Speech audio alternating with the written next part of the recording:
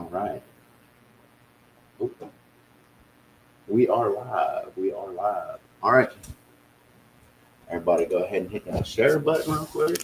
Let's get in there. We don't have anybody on yet, so we ain't missing nothing yet. I don't see you live yet, buddy. Let me back up. Hit it again. He's live. We're live. Okay. There we go.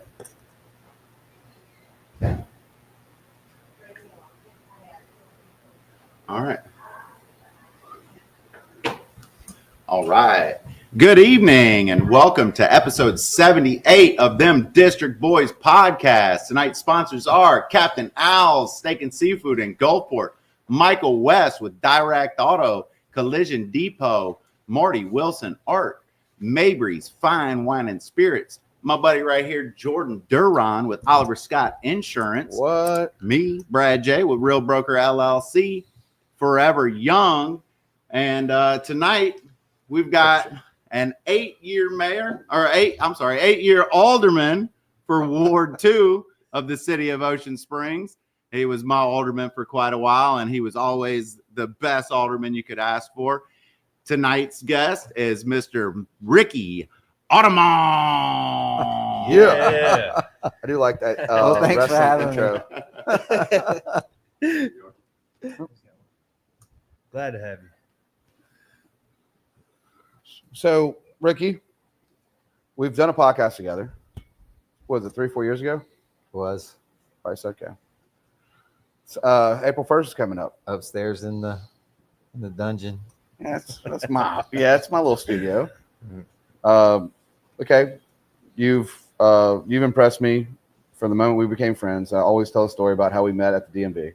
Something I'm super proud of because I didn't know who you were. And we both lost our driver's license at the same time in our cars. That is one of It was just meant to be. yeah. It was just meant Like to be you that don't way. if you lose a driver's license but lose it in your car, you know it's there. You can't get it. But thank It's you. a terrible feeling. Yeah, thank you for coming on the show. We've built a friendship. I made your logo Hibs. You rock it like a rock star. Every time I go past Porter and I see it, I'm like, yeah. Yeah, Yeah, it's out there. Yeah, you're awesome, Rickey. Kate, we want to hit on the question here? Yeah, man. Like, what brought you to Ocean Springs, man? Where are you from? I'm from Cutoff, Louisiana. I got here in 1990. I was transferred. I used to be a store manager for a retail grocery chain, Wow. and in that process, I worked in pretty much Florida. I worked in Louisiana, Alabama, Mississippi, a little bit in Florida, and 18 different stores in almost 20 years.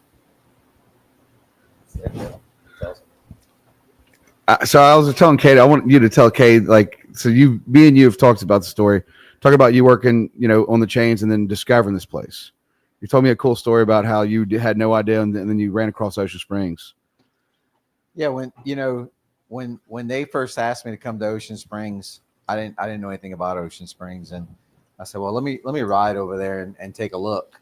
So one Sunday, a friend of mine from Houma, Louisiana, rode with me over here. We took all the back roads on Old Highway 90 and everything, and at that time, casino, I think they only had one casino that was pretty much on the uprising of the casino industry for Biloxi. And once I got here, I mean, it was like the place, the people. I mean, they got a lot of beautiful people here. The place is beautiful. We got a lot of beautiful businesses. I mean, it's just a place that I just wanted to be. Was it Jitney Jungle or Del Champs? Which one was it? I can't remember. So I moved here for Del Champs, but then the owner died in a plane crash, and then they ended up going out of business, and then Jitney Jungle bought it. Wow. It's a real story. Like he literally just discovered Ocean Springs. Like I'm never leaving this place. Rickey, you cut the ribbon for us in 2019 here, and then I learned your nickname was Ribbon Cutting Rickey Yep. at the award ceremony. But honestly, man, in 2019 we didn't know anybody here yet. I thought you were the mayor.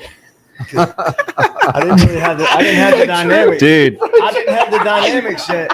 Yeah. And he was cutting the ribbon and the respect you got from everybody and how you held yourself and everything. I was like, Mayor Automont. When we had Kenny on, he was like, Dude, Ricky's the first person you see when you're up at Yeah. 4:30 in the morning for Peter Anderson. You're the first person everybody sees He's here at down Yeah. here. 30.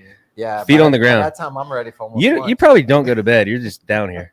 Yeah, I get down here at 3:00 when we close the roads, and for any festival that the roads closed. It was my first discovery of like friendship because I was when he first did his campaign. I met Lisa and Ricky.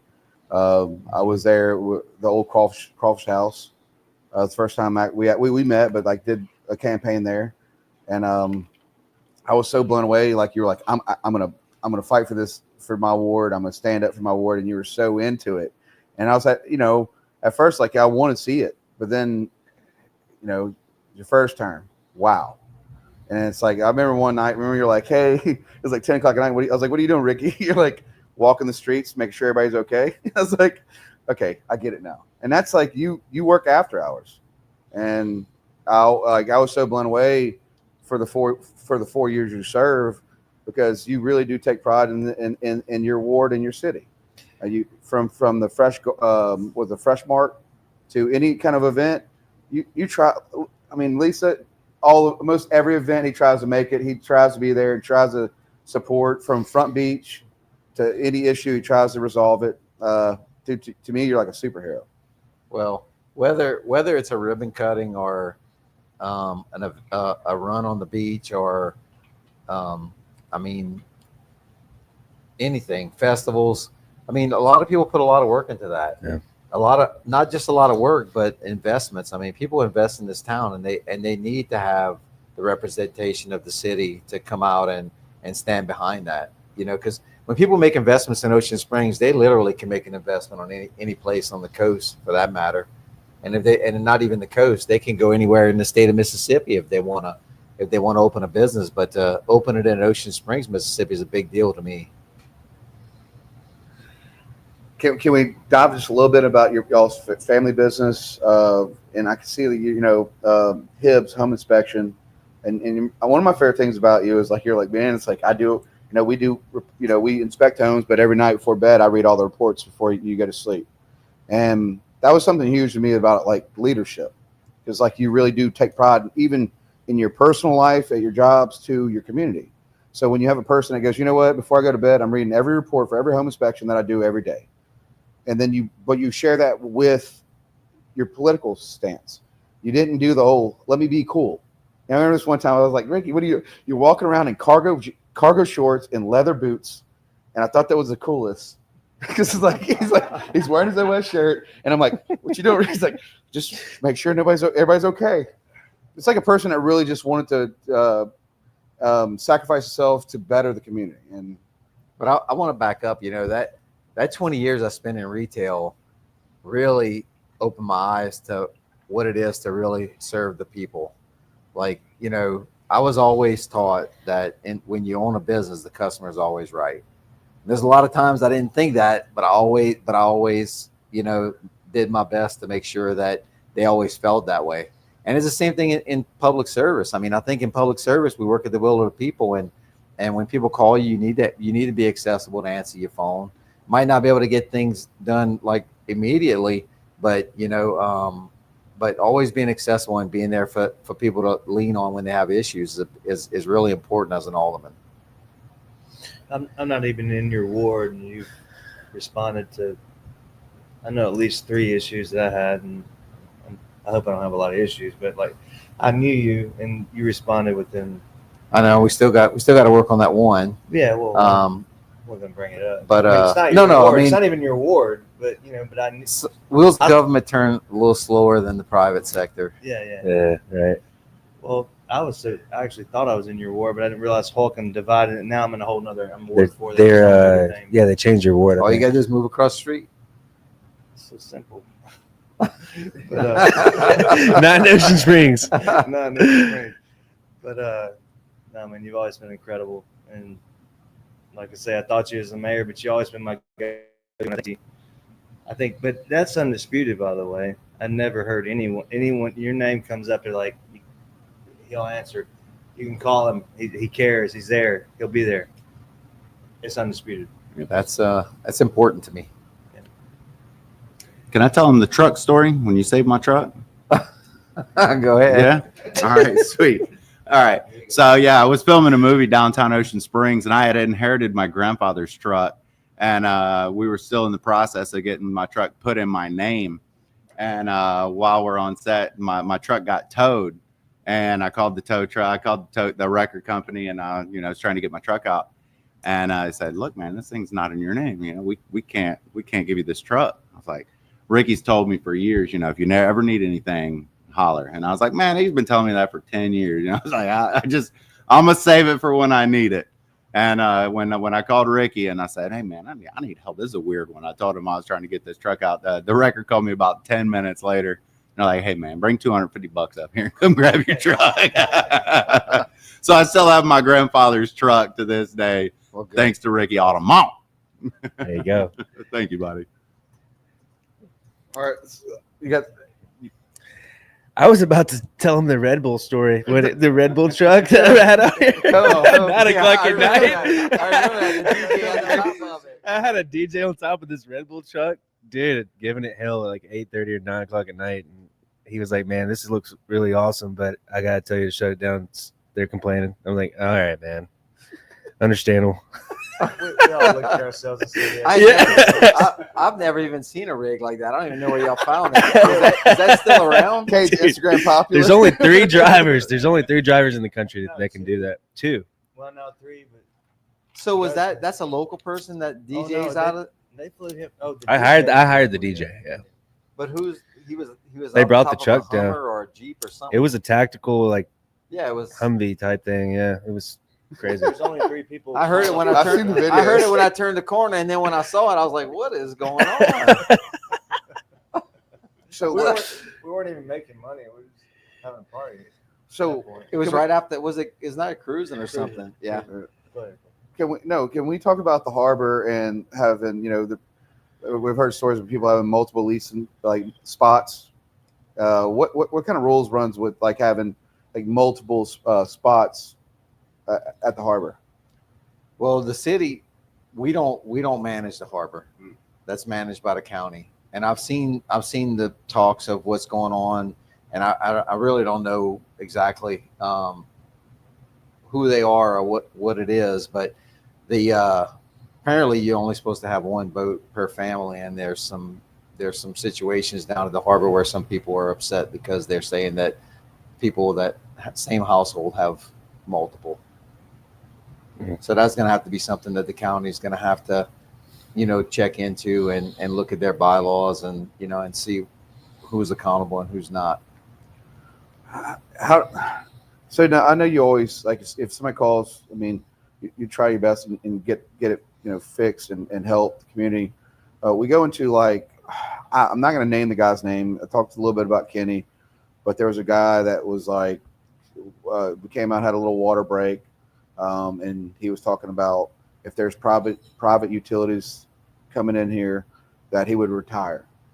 That he wouldn't change from his city job. What's your thoughts on that? For a full privatization, I can't see the city doing it. I would never support it. We have a lot of good people, men and women, for that fact, that work at Public Works. Now we have outsourced more grass cutting, but grass cutting has always been outsourced for the median. We don't want to get into the median cutting. It's just too much, a lot of liability, and it's just a lot of grass. Period. We got to share the grass, but as far as like privatization, I talk to other cities across the state of Mississippi when we go to MML, and cities that have already done privatization say that if they would have known today if they'd know today where it would be, they would not have done it, because this is the way privatization works. I mean, once you sell out to a private company, you sell all your equipment and your employees basically go work for them. Well, I really care about our employees with the city of Ocean Springs, and I wouldn't want any of our upper paid people or our people that have been with us for a long time to go to work for another company and then not make the cut for some reason, just to push them out the door. But we don't have a need. We don't have a need to go out to a private company. When I first came into office in 17, the budget was so bad and we had hardly any money. The equipment we had was terrible, but we muscled through it, and now we've got everything that those guys need to do their jobs and more. So there's no reason for us to do that. So talking about budget, in 17 it was minimal, and Mayor Holloway talked about that. But since you've been active as an alderman, those numbers have bumped substantially annual. Correct. I think we have. Is there any way we can? Yeah, you want to pull up. Yeah. Yeah, I we mean, have some data. I mean, this is the thing, when you run for an office, Gotta make they money. don't share P&Ls with you. Right. I mean, and the city is big business. I mean, the city is just like a corporation. We don't have money we print. You have to take money in, and we can't spend more money than we take in. And so when I first looked at P&L for the first time, I was like, I looked at some of my peers on the board that had just got on the board with me, and I was like, I don't know about you guys, but this is going to be a tough battle, because a lot of decisions have to be made at that time. Like you have to agree, you can't do without public safety. You can't do without sanitation. You have to have transportation. There's just so many things that you have to have, that regardless if we get $1 sales tax or whatever it is, I mean, the city has to operate. So if it's not coming from sales tax, it's coming from property tax. I saw the reports earlier, and it looked like, other than COVID, it was almost a 10% increase annually. That was kind of the average, and I hope we can post them here soon. But then a lot of the food and beverage, which reflects the extra 2%. Right, which the 2% goes directly to public safety and parks. Which that's an average of about $150,000 a month. That goes directly to those two departments. So all these parks with all these fine playgrounds and soccer fields and baseball fields and all that, that's part of that. And when I first got in office, not only was our budget bad, I asked the question about radars in cars, and we only had about 4 radars in cars. Our police officers didn't have any on camera. They were using cameras on person. They had no cameras in their cars, no computers in their cars. Cars were old. And look, when I first looked at the first hiring of a police officer, it was like $12.56 an hour or something like that in 2017. And I was thinking to myself, not only does a guy have to put on a gun to go to work for that kind of money, but his wife has to kiss him bye when he leaves out the door, not knowing that he's going to come home the next morning. And it doesn't have to be because he went out looking for somebody could just pull up on the side of him and just, nowadays, so I have a lot of respect for our police officers, and we have come a long way with that. What is the do you know the hourly now they get with the? It's closer to 20 now. So almost like a 80% increase. Yeah, that's awesome.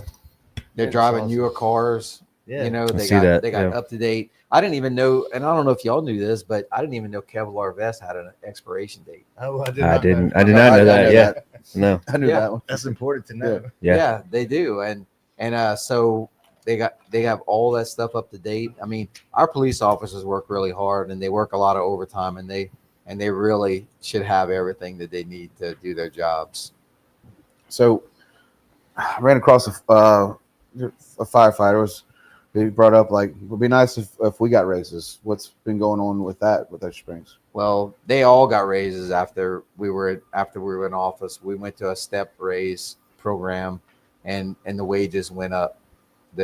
And we're looking at we have the Mississippi Extension Service, Mississippi State Extension Services right now doing a study on the wages across the Gulf Coast.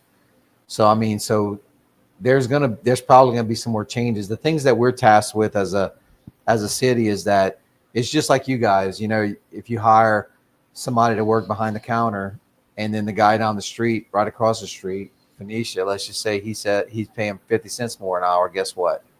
They're gonna migrate that way. and then you raise your wages up, and then they come back to you, and it's like, it's this back and forth.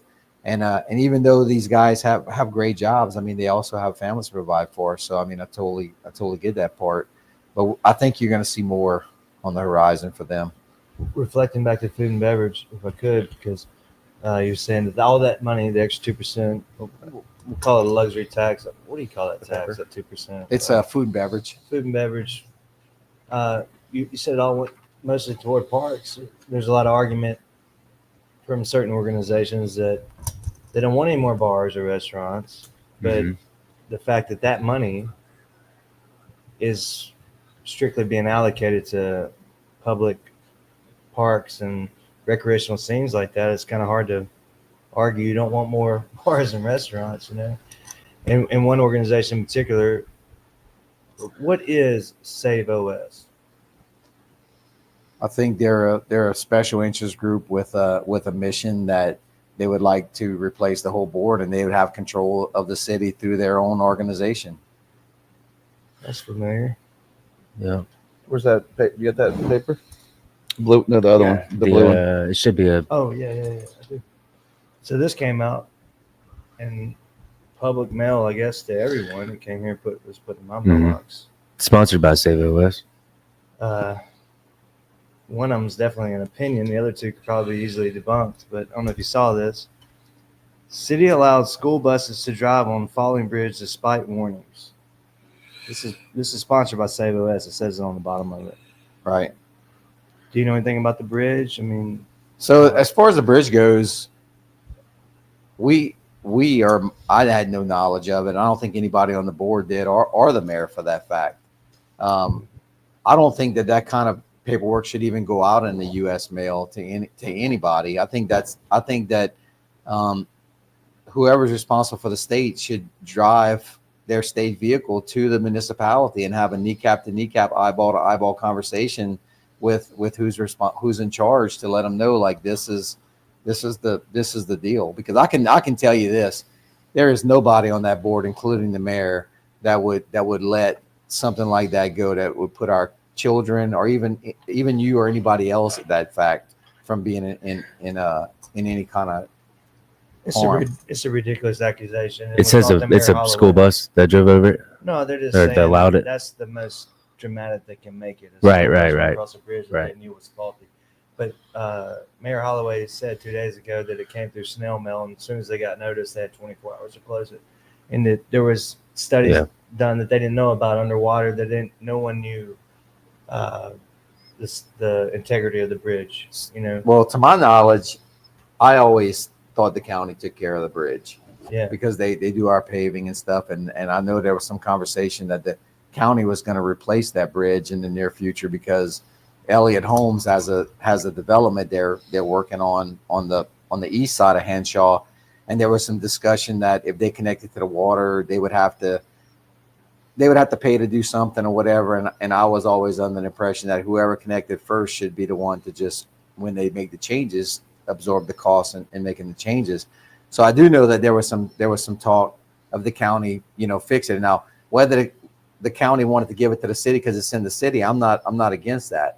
But I do think it's like anything else that you have. If you're gonna transfer a car title to me, you need to tell me what I'm taking, not just say, okay, Mayor, this is gonna be your bridge, and that's it. Yeah. I mean, it shouldn't be like that. Well, this is a smear campaign tactic. We talked about it. Yeah. Today. What was the next issue? The next one, you want to take it? I want Kay to take this one. Yeah. Oh, okay. The third one's a damn opinion. It's Missing contracts and unchecked spending, city's chaotic finances. So there's a paper right there that shows all of that, right? No, that's the sales tax. Sales tax. But this is the thing. When the annexation first started, and even for the comprehensive plan, when you enter into those things and you have unforeseen costs that come up, you can't just stop and go to another company and start all over. I mean, it's no different if you were a contractor building a house. If there's a change order, I mean, you got to move forward. And I think that I know that the cost for all that stuff came out higher than what was actually talked about originally. But when you're halfway through it, you can't turn around. No. Well, the last one's an opinion, and I just residents I'm feel pissed ignored that as this city hasn't moves come forward. in Yeah, the mail. Was that? residents feel ignored as city moves forward with Yeah, sweeping that's, changes. That's just an opinion. Yeah, I don't think that the city moves forward sweeping anybody's opinions, that are. Now, I will say that, we're not a social society, and I don't agree that anybody should be able to dictate what happens to other people's property. I think that private property rights are a big deal for me. So if somebody feels like their feelings are getting hurt because they have an opinion based on what their neighbor should be doing with their property, then I guess their feelings are gonna have to be hurt. But I think that when it comes to private property rights and things like that, there's going to be situations like that. Yeah. I mean, to me, if I look at that and you see this right here, it's kind of like one of the mailers that it's a scare tactic. Where are they getting their funding? And I can tell you that's a lot of money just to send one ward out on something like that size is about $760, $800. So if they did 6 wards, you can do the math. Yeah, I mean, and they're doing it right before election. the scare tactic. I would hope that the people that live in Ocean Springs know that they live in the most prestigious city on this coast. I mean, there is no other city on this coast that we have the trees that line our streets, the parks that we have, the beaches that we have. there's no city like it. No. But development has to come. Yeah. I was saying this earlier about, I'm from here. Like I'm from the city. Well, this is the thing. Nobody on our board ever picked up the phone and just started calling people and saying, "Hey, we want you to invest in our community." I could remember in 2017 when I first got in office, we had empty stores. I'm talking like when Dixie was mostly empty. The old Del Champs was still empty in 2017 from when I closed it in 1999. So I mean, we at that time we went all we were going to MML because we all wanted to get trained to be a certified municipal officer, and there was a company called Retail Coach that was there giving a presentation about we have connections with people that we do the studies. We'll get people in some of those empty places because look, you get into Highway 9 and you're riding down the road. We just wanted to utilize old buildings. We didn't want to build anything new. We wanted to utilize it. So that whole process, we never really got any bites from that. And then after going through COVID, it just seems like people found Ocean Springs and people bought property and they did what by right they should be able to do with it. If a person buys a piece of property and is zoned for a certain particular use, then I mean, I didn't write the ordinances. I didn't create the fabric of Ocean Springs' direction with the zoning. That's been around forever. All I'm doing is trying to follow it and make sure that people that are being able to do what they can do. That's kind of the weird thing. Is like I said, if you buy a piece of property, and let's say you want to build a home, or you bought the property, whether you worked 1 year or 30 years to buy that piece of property and build a dream home or your forever home, you should be. I think in my eyes, like this is your property. Now next door could be their property, but now I can tell you right now, Ocean Springs is very disappointed in the whole. There's so much more say about other people's stuff versus their own. Well, they talk about they want affordable housing, and there's only certain ways you can achieve affordable housing. They complain about, or there's certain people that complain about people that build big houses take up most of the lot, where before my generation was like maybe not so big of a house, a lot of property.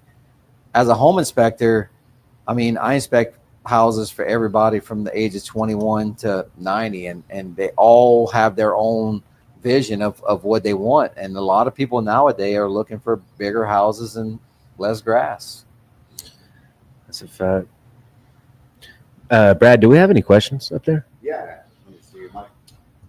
So yeah, my buddy Lucas Tosh. What's up, Lucas? He wants to know, is retention an issue within Ocean Springs public services personnel, or has the wage increases resolved any issues with retention of employees?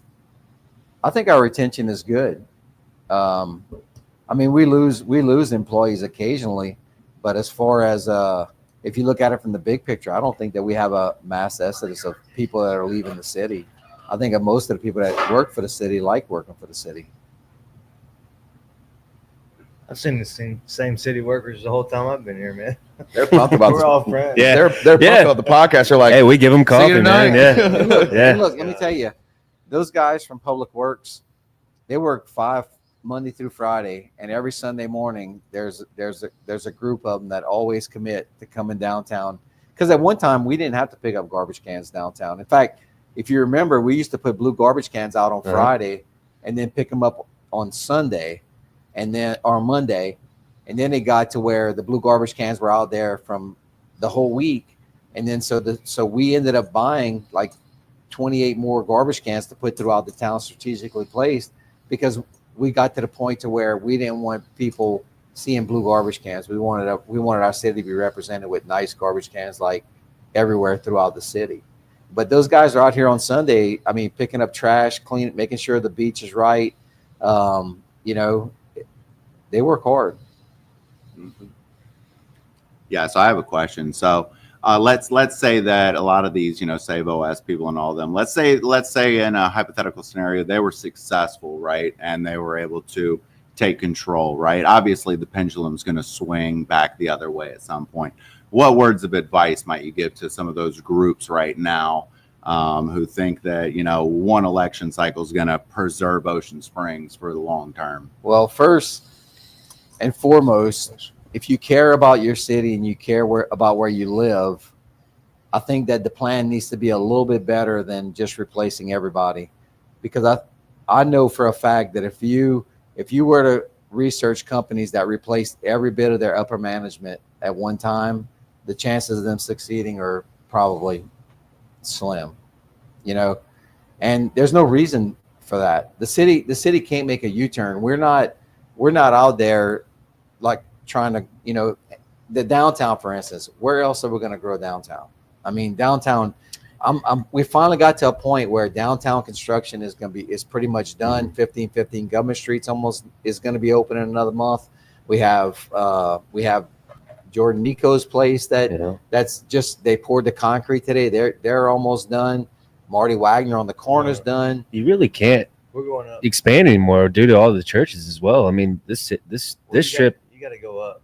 Yeah, everybody's Yeah. going up. We're Yeah. going up, but as far as this direction, But I mean, as far as clearing any lots and Right. fitting anything in, we're not fitting anything else in other than if somebody wanted to go up. And we still have a height ordinance, and as long as they follow that, I mean, how can you deny that? Well, in like 50 years, this lot around us will be developed.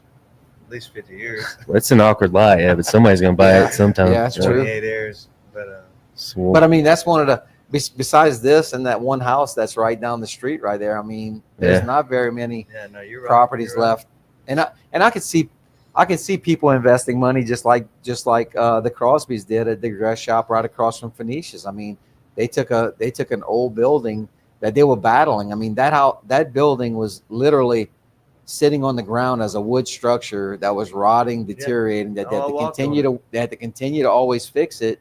So I mean, how can you make somebody that owns a property that you got to continuously not only throw money at it, you got to be concerned that somebody might walk through the floor and have a lot of liability. They built something nice. It's I mean, I don't think you can ask much more than that. And they have to have green space. I mean, if you look over there, just like the new Italian restaurant, they're going to have green space in the front of their building. So a good example, I never want to see a tree cut down. I love trees too. We all love trees. Live oaks are protected, but I think that was a sycamore on that property. Was that That was a sycamore on that property. which one? This The boutique Crosby's building. just developed. Yeah, yeah. Beautiful tree, but if you take that versus that one tree versus someone trying to work with that building for another 50 years, it's just dilapidable and rotting it from the inside out. That's what I'm saying. That the growth's okay. You know, if you got to remove one sycamore to build a structure that just put in 2 businesses that are paying sales tax and paying all their money in, you know, I'm saying the benefit versus the cost. I think there's a fine line when it comes to trees. I do not agree that anybody should be able to cut a tree down that just because at their leisure they don't want to rake leaves anymore. No, yeah. But there is circumstances that arise where people have property that want to build a building that a tree is sitting in their buildable area, and that stuff has to be looked at. Yeah. Whether it happens or not, I mean, there's a discussion to be had for that kind of stuff. If there was no trees ever cut down in the city of Ocean Springs, there would be no houses here. There would be nothing. Yeah. No one ever. Yeah. My thing right now is let's go to development on Front Beach. You know, growing up as a kid, there's spots there. I mean, do you feel like Front Beach is grown, but like you were talking about the marina, right? Development and bringing in more. Yeah. I mean, where do we get to the point now where it's like, the sands is about to. I mean, that whole deal with the sands. It took years for that to happen. At one time, all that had leases on it. People are ready to get that property, buy every unit, and it's still in the works now. You know, interest rates are higher now, so it's more difficult. But I remember that sands project as a kid. I used to go to them apartments. I've seen Ocean Springs growing up as a kid. I've seen these roads where there's nothing on it. I've seen this, and you've seen it too. After Katrina, yeah, it boomed, but like, when did everything start being like, let's preserve everything? I know that no matter what, a city has to grow. If it doesn't grow, eventually people get tired of it and they start moving out. They start moving their businesses out. They'll find another piece of property. I think the real issue with that is that Ocean Springs went through a period of time where they didn't have a whole lot going on. And then once Ocean Springs got discovered, and it wasn't by no choice that the board made. I mean, when USA Today puts out an article that says Ocean Springs is the best place to be in the United States, there you go. Sends a strong message out. When Atlas Travel sends out, World Atlas sends out a thing saying, best coastal community. It sends, and people read that stuff. And so people are always looking for places to vacation. So they get on a plane, they come to Ocean Springs, they like it. And I think a lot of our tourists are repeat tourists. Lisa and I walk around downtown.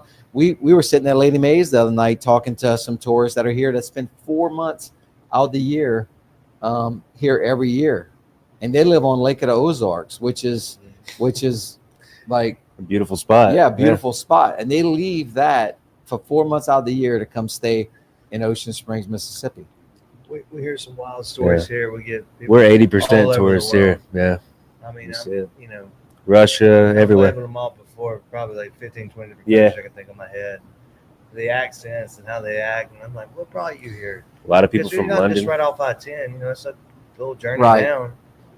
And when they're traveling the States, they say, look for small town, and this place promotes itself so well, and it's got a reputation to come down here. People say, or, people that live here, I think feel a little bit uncomfortable going downtown. They think it's unsafe. I don't believe that our downtown is unsafe. I think that at one point in time in my life living in Ocean Springs, I used to be able to go downtown and see most everybody you knew walking around the streets. And if you're still looking for that, you can still find it. If you after a certain time in the afternoon, you can go to the office and you're going to see everybody from Ocean Springs. If you want to go to Maison de Loup, you're going to see everybody from Ocean Springs. But I think it's a perfect opportunity, like Lisa and I, to stop and talk to these people when you don't recognize them and just be like, where y'all from? And just let them tell you the story. And they're just here, just trying to have a family vacation, getaway. You know, some are frequenting the casinos while their wives are shopping in our dress shops. Yeah. All the above. That's what I hear from it. It's that place that. So that's my thing is like you can't brag about we're the most charming city and then not allow people to be here because they're coming. They're coming. I mean, every city has to have a balance. So I mean, you there's got to be a balance between tourism and the people that live here in business. I mean, What you got, Brad? You got a question, bro? Yeah. On that point, I was going to mention to a lot of the people who, aren't very welcoming of a lot of the tourists who end up here. I'd like to remind every one of our viewers that Dr. Robert Hirsch was passing through here in a Volkswagen bus and broke down and accidentally landed here. And, and now he is a pillar of the community. retired superintendent. Wow. So to those people, man, I tell you, kick rocks, dude. Dude, it gets accusations that it's a smaller bourbon and things like that. Like, what are you talking? Have you been to bourbon? Said that, don't we? Have you been to bourbon? I'm from Louisiana, like we talked about when we first came on. And back when I graduated, 18 was the drinking age. And Bourbon Street is a high intense party place. Like when you get off work on Friday and you think about partying until 6 o'clock in the morning, guess what? That's where you're going, Bourbon Street. But I don't think anybody gets up thinking that, man, I'm going to stay out to 6 o'clock in the morning in Ocean Springs, Mississippi. We don't have legs swinging out of doors and 3-for-1 beers and all the stuff that it takes to keep people so intoxicated that I think that I do know, and I'm very confident with working with the ABC down here on the weekends that our bar owners are very up on the sale of alcohol or over serving and monitoring what the crowds are. And it employs people too. Though that's another thing too. Is like Kenny Williams is talking about this. He's got 80 employees, and they got health benefits, 401k. Yeah, and their families. He's like, I can't tell you how many motors I had to repair, or getting people out of jail. I think it's family, and it's like, and you take a person like him, where he was talking about political science. It's like growth, and he continues to grow these and adds to supportive businesses. I always just worry about Ocean Springs, where you have people like that, where they get so much of like this Save OS thing, which I've already dealt with a few situations. But it's like, what if a person like that is investing their money, their retirement money?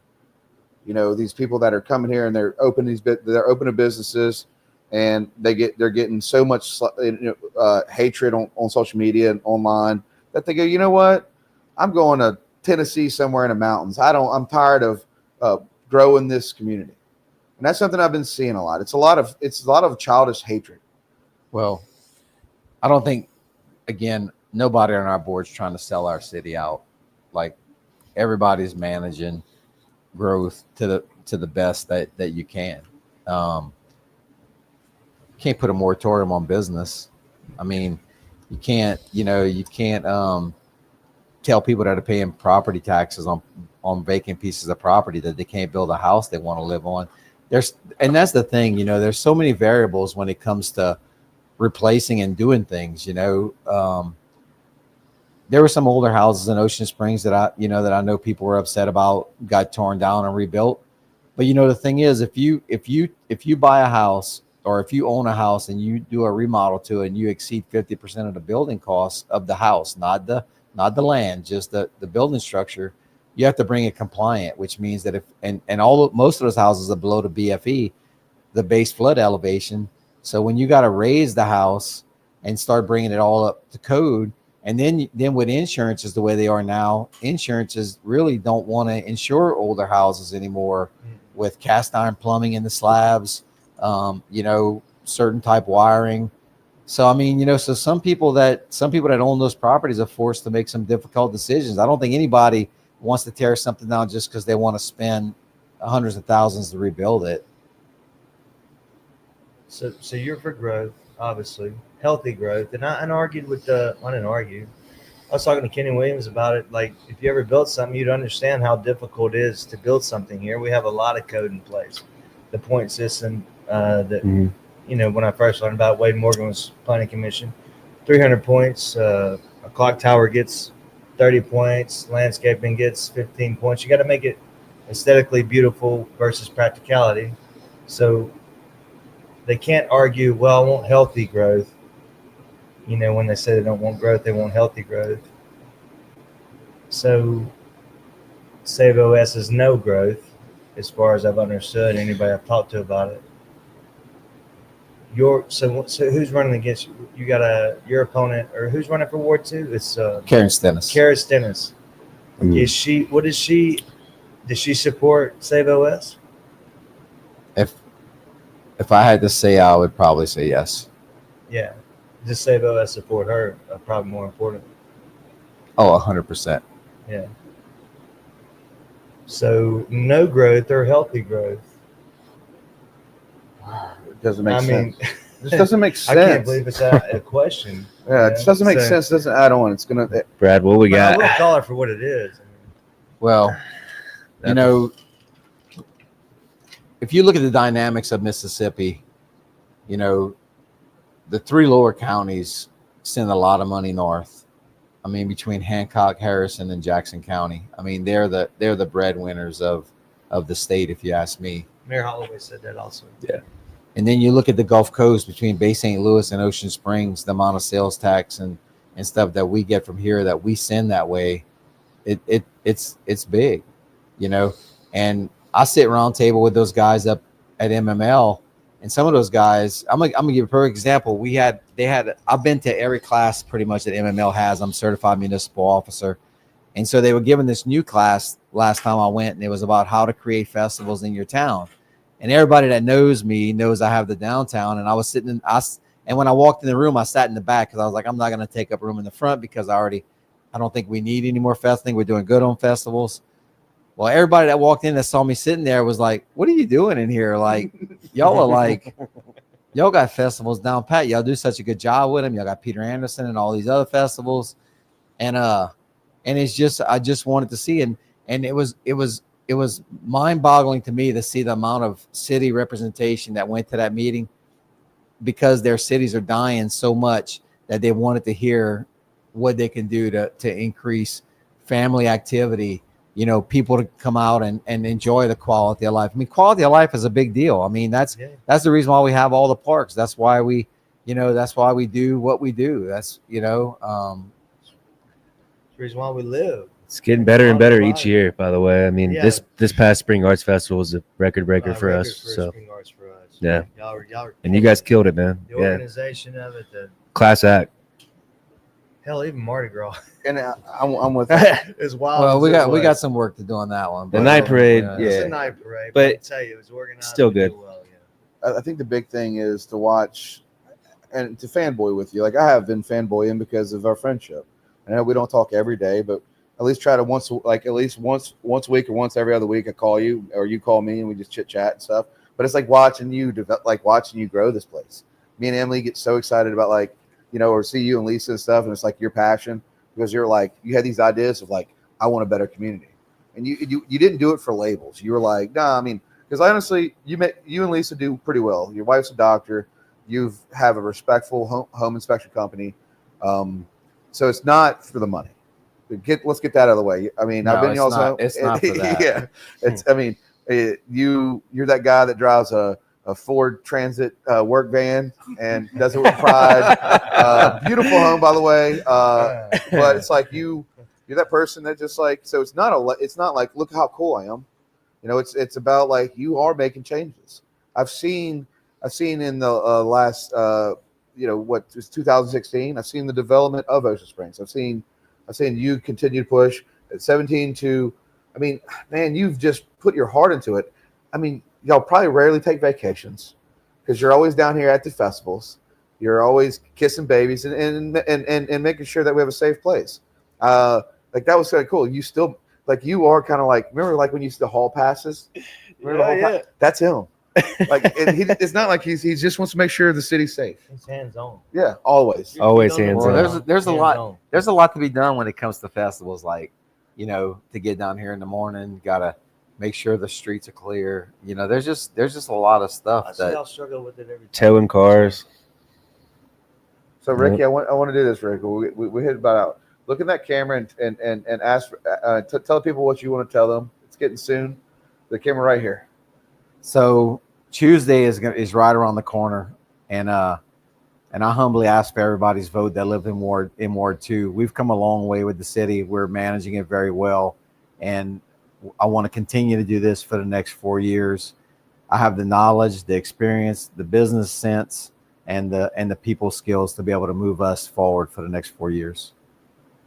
You got that, boys. It's great, Ricky. 100%. Guys, we love you, and this is the District Boys. Undisputed. Undisputed champ. And on that day, it's gonna be a big day. But we have Kevin and Ian from 701 coming on. Yeah. We'll do it, man. I just want to advocate any way we can. I wish I could vote Ward 2. Man, Yeah. 'cause you were the man. It's really an important vote. I mean, the people of Ocean Springs need to stand up for themselves and vote for what true performance has really been in over these last couple of terms, not just this term, but the last couple of terms. And I'm not talking about just me. I'm not the only person on that board. I mean, there's a lot of time that goes into decisions. I don't just show up in a meeting and just cast a vote. I mean, I spend a lot of time that my wife goes to bed, Lisa goes to bed before I do, reading agendas, going through the docket of claims, just doing everything that I need to be able to, I gather information from people all week long, or if somebody calls me about a concern. And there's sometimes we can do some stuff. There's just sometimes that it can't. But every vote that's cast has a lot of moving parts to it. And I'm afraid that some of the people that are fighting the city are only seeing the part that they want to see and not the full picture. So I'm hoping that on April the 1st that the good people of Ocean Springs realize how good their city leaders are. You always had your finger on the pulse. Yep. I've noticed this is up. You've helped us. I mean, we came from Gulfport. But we're locals now. But I don't think the place would be what it was without you. Because everything that we ever needed, any movement with the city and everything, you always were supportive. So I want you to read this off. thank you. I want you to read this off about the sales tax. I want you to read this off. Well, what do you want to read off? It's for the difference. You'd have to show incremental. Well, let's get Ricky to explain that. So, He's got a good feel for it. So if you look, I'll pull the numbers back from 2017 to current. No, I know what they are. Okay. That's it. Yeah. And You don't need them. you look at food and beverage on an average has increased over the last 8 years, 50,000 more a month. Sales tax is upwards of 130 a month, from 2017 to current. That's even through COVID. I mean, and I'm gonna say this, I know it's the end, but I just want to say this.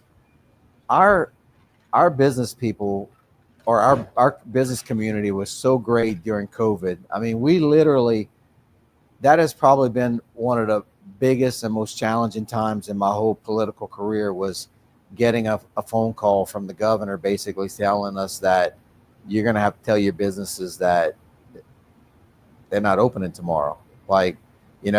And when you start thinking about how much food some of these restaurants have in their freezers, and and people that are relying on their checks. I mean, somewhere down the line, the PPP money came through and it helped a lot of people, right?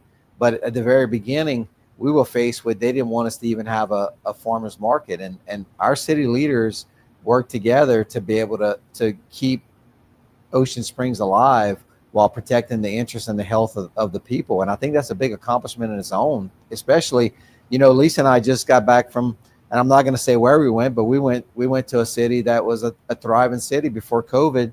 And it seemed like every fifth or sixth building in this downtown was paper in the window for lease, and they never recovered from COVID. They were 100% shut down. Never let them during the whole COVID period.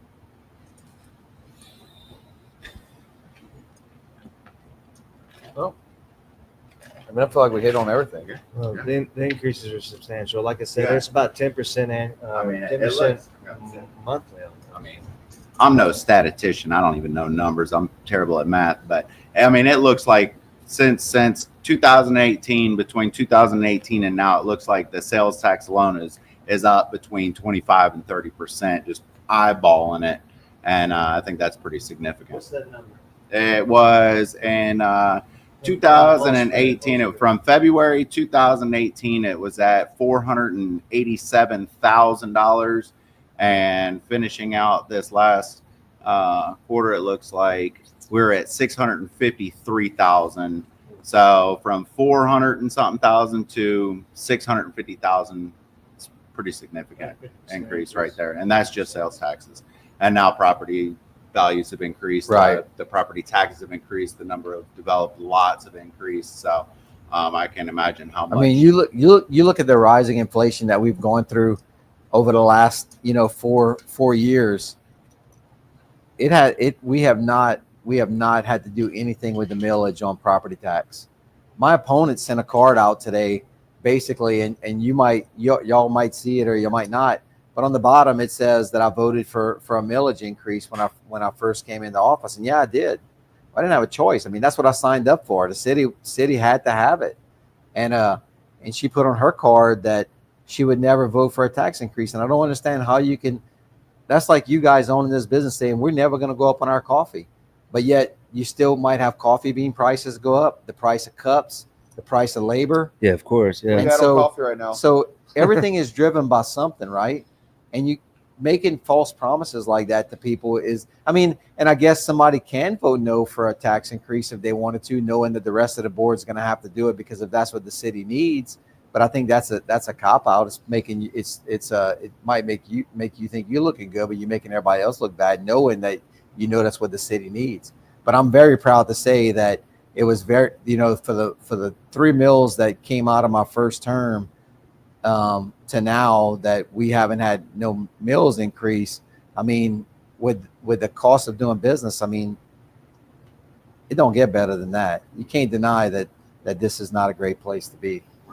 Not at all. I see a lot of the potential developments that have been brought up lately. I think every single one of them, people said, oh, let's do some green space. What are the odds that we could have turned every one of those into green space without increasing those property taxes? Yeah, I mean, we have a lot of green space. As far as the downtown, I mean, the downtown is what it was when I moved here. I mean, other than on the side of Quincy's had grass there for some period of time before the Ken Ritchie building, but I mean, and where Murky Waters was, they had grass there. But I mean, think about how many years those people paid taxes on that property and never did nothing with it. I mean, A healthy downtown is going to be commerce. That's fine, but you don't got to get too far off the path right here. And there's green space everywhere. There's parks, beautiful 2 beaches. Everything's gorgeous. I mean, this can be a thriving economic area right here. it's Once It sounds like we're in New York City. You need a Central Park. I mean, like, I'll it's just tell a you. little strip right here. with all the construction coming to an end and us getting ready to mill Government Street and repave Government Street and stripe it for golf carts on one side and cars on the other side, the parking garage, which is about 180 parking spots, free parking spots. Free. There you go. I mean, without everybody saying it's going to be paid and all this kind of stuff. I mean, that's a game changer for the downtown. I mean, we're gonna reclaim probably 3 feet of road, and we're gonna get 2 lanes of traffic through it. And we're not gonna have to do one way where it's gonna inconvenience people on other streets just channeling cars down their streets. I mean, we're steadily moving forward to try and better this community to the best we can. I just wish people really, really, really understand what it was like before there was this growth where people's values of their houses went up. I remember my grandmother lived right down this road. Back in the day, I remember there was a house right by the beach you can get for $200K, like $150, like a colonial style home. And then I'm just saying, like, there's just so much more additive. And then, like, the news, like, this is never going to be Bourbon Street. But I'm saying, like, it's a situation where there was cool little spots here, but it wasn't how it is now, how y'all been building it. But every one of these houses, you get a tiny house for $300K. Values went up. I mean, this whole city is booming. Booming. And we're still cheaper than a lot of places. I'm not saying that I would like to see prices go up anymore, because I don't. I think trying to keep the prices down as much as you can it helps ensure that our kids going to college and things like that are going to be able to come back and have affordable housing in Ocean Springs.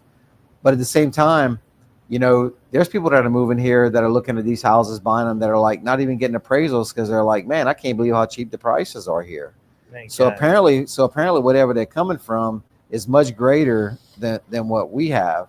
And while we were spoiled to this for a long time, I wish there were some cheaper prices. Because look, I'm a homeowner too. I had to buy a house. Yeah. So I mean, I would have loved to have a cheaper price on housing.